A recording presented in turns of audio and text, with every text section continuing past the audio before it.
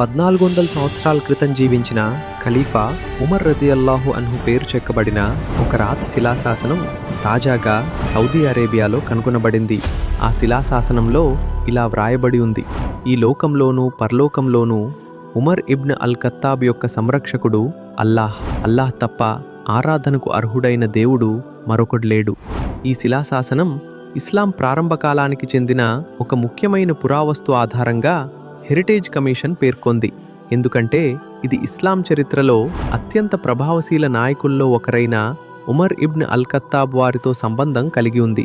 అల్ మహద్ గవర్నరేట్లో నిర్వహించిన మొదటి మరియు రెండవ దశల పురావస్తు సర్వేల్లో మొత్తం 1774 పురావస్తు ఆనవాళ్లు మరియు చారిత్రక అవశేషాలు నమోదు చేయబడ్డాయి. అదేవిధంగా పరిశోధకులు 173 పురావస్తు ప్రదేశాలను కూడా గుర్తించారు. ఈ సర్వేలో నమోదు చేయబడిన పురావస్తు అవశేషాలు